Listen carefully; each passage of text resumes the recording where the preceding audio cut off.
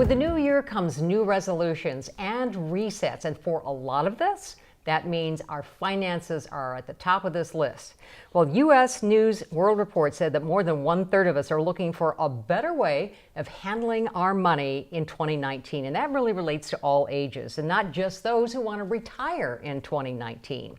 Founder of Great Waters Financial, Justin Halverson, is here to help us get started. Thank you for joining me. Well, Diana, it's an honor and a pleasure to be here. I have to put a thank you into you. You were one of the first supporters of us as a company to get us on the news and allow us to share financial knowledge that we feel can truly bless and empower people to make better decisions. And so thank you for having me here today. And you're doing great. You've got so many offices now. Well, we are. We're very grateful. And I think there's just a need for this financial education in the community today. And because of that, we went from one office here on Bass Lake Road when we first met to now 5 offices, 4 in the metro, 1 in Duluth. Wow. And we're just having a time of our lives, and it's a great privilege to serve so many families in such an important area, their finances. Right. Well, congratulations on all of this. We have quite the list here, so let's get started with your first tip. You say take inventory. Yeah, it's so important to first off know where you are today. If you want to get to where you want to go, you first off have to know where you are. And so I told you just a second ago, we've got 6/8 kids in the house, and believe it or not, I just took them all down to Florida for Christmas, and we drove. Oh, well, good for you. So if you think about a driving analogy, if I look at the map and I say, we're going to Florida, I can't get there if I don't know where I'm starting. And so the first thing you have to do is figure out where you are in order to get to where you want to go to. And so when it comes to your finances, there's so many things to take an inventory of. Number one, you've got your assets, and hopefully as you approach retirement, you have more assets than liabilities, and the asset list can grow and grow and grow to support you once you take away your income from your job and from working or in a business. And so looking at your assets, there's a number of different types of assets that you may have. For many people today, a lot of saving that they've done has been in their company plan, a 401k, a 403b, a 457, TSA, TSP, IRAs, Roth, all these types of accounts. And so you've got that, but you've also got maybe some non-IRA investments, maybe some real estate, maybe a business. Look at all those things and kind of consider how they may allow you to produce income for retirement. And then you also have to look at your liabilities. And a liability is a debt. It could be a mortgage or a second mortgage on your property. It could be a loan against a car. It could be a credit card. So you've got your assets, you've got your liabilities, and then your income and expenses are the other things you need to take account for. And if you're still working, you obviously have income from your job or your career, and that's fantastic. And you've got your lifestyle today for your expenses. So what does it take to live your life as it is today? And at our firm, Great Waters Financial, the main focus is to help people make that transition into retirement. And so many people fail to consider that our budget may change as we enter retirement. Okay, we may spend less money because we're not going to work and we're not eating out and doing some of those things.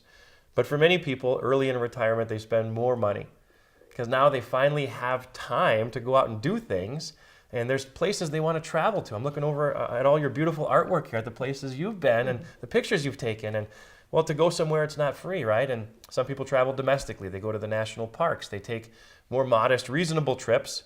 And for others, now that they finally have time, they're going to do the European riverboat cruise. They're going to go to Australia. They're going to go to Alaska and take that cruise, or Hawaii, or whatever it might be. So as we take inventory, there's 2 sides of the inventory when it comes to income and expenses. While we're still working, and then what it may look like, what we want it to look like once we get into retirement. And that can be a big difference, but it's something we need to become aware of today.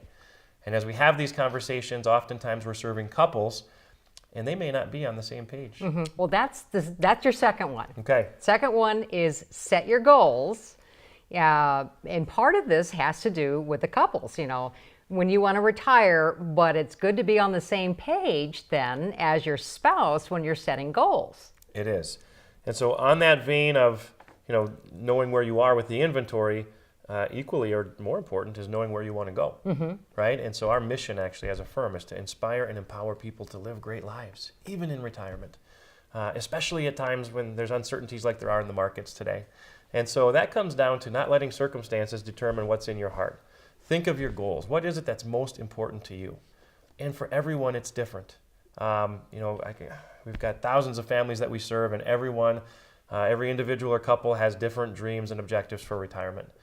And so knowing what those goals are, figuring out what your lifestyle is going to be like, thinking of your home, for example. Are you going to keep your current home or are you going to downsize? A funny story, I had a couple come in once and I asked that question, and one of the spouses said, yep, we're going to live in our home forever. That's where we raise the kids. That's where we want to be.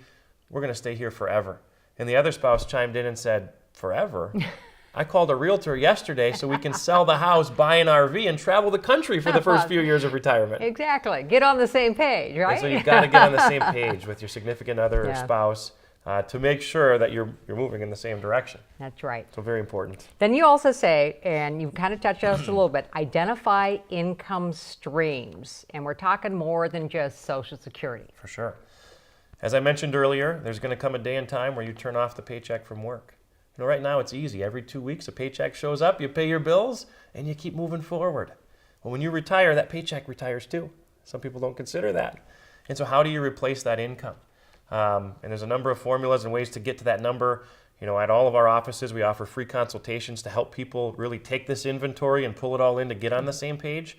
But ultimately, it's a matter of making sure you know where the income will come from in retirement. So Social Security is one of them. It's one of the sources that all of us, I don't call it an entitlement because you pay into it. Right. But it's a source of income that we all should have as we move into retirement at some point.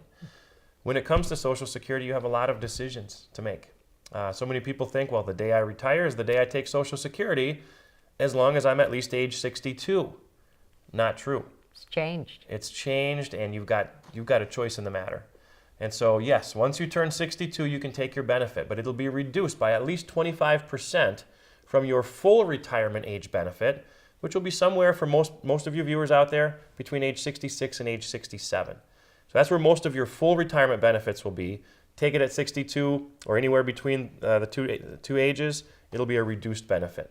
But then you can also wait further beyond your full retirement age, all the way out until age 70. And if you wait until age 70, it's an 8% per year increase every year that you wait from full retirement age until 70.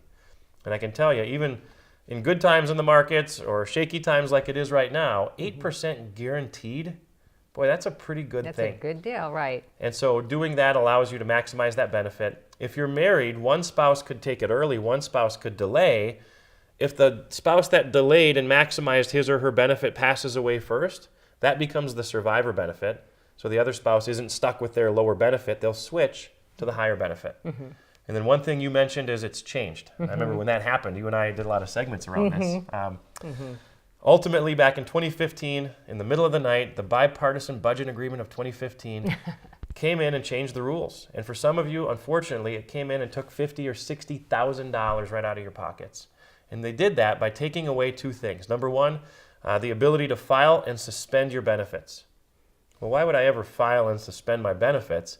It was so that by filing, you allowed your spouse or dependent child to file on your earnings record, and then yours got to grow by 8% per year. It was fantastic. That's gone. Nobody can still do that. The next one is the restricted application for spousal benefits. The ability at your full retirement age, call it 66, to not take your benefit, but take half of your spouse or ex-spouse, if you were married at least 10 years, take half of their benefit.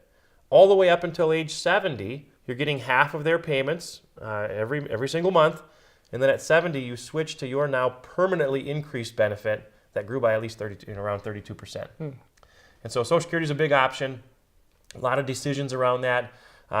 Feel free to reach out to our team at Great Waters Financial, because even virtually, we can send you a Social Security report that will run the numbers, compare all your options, show you if you qualify or don't qualify for the old versus the new rules, and help you make a better decision around that permanent decision you make that'll last with you the rest of your life. Right. Pensions. Some people still have pensions in this day and age. Some do. Most of them are now in the Smithsonian out in D.C. or something, right? That's true.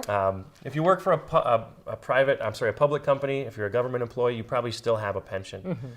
Very few private companies are now still offering pensions. Right. So if you're lucky enough to have one, when that check comes in, you better kiss it every month and count your blessings. Because very few people today are going to get them moving forward. And so even with your pension, you have to make decisions. Do you add your spouse? And then if you do that, if you add him or her, you get a lower payment.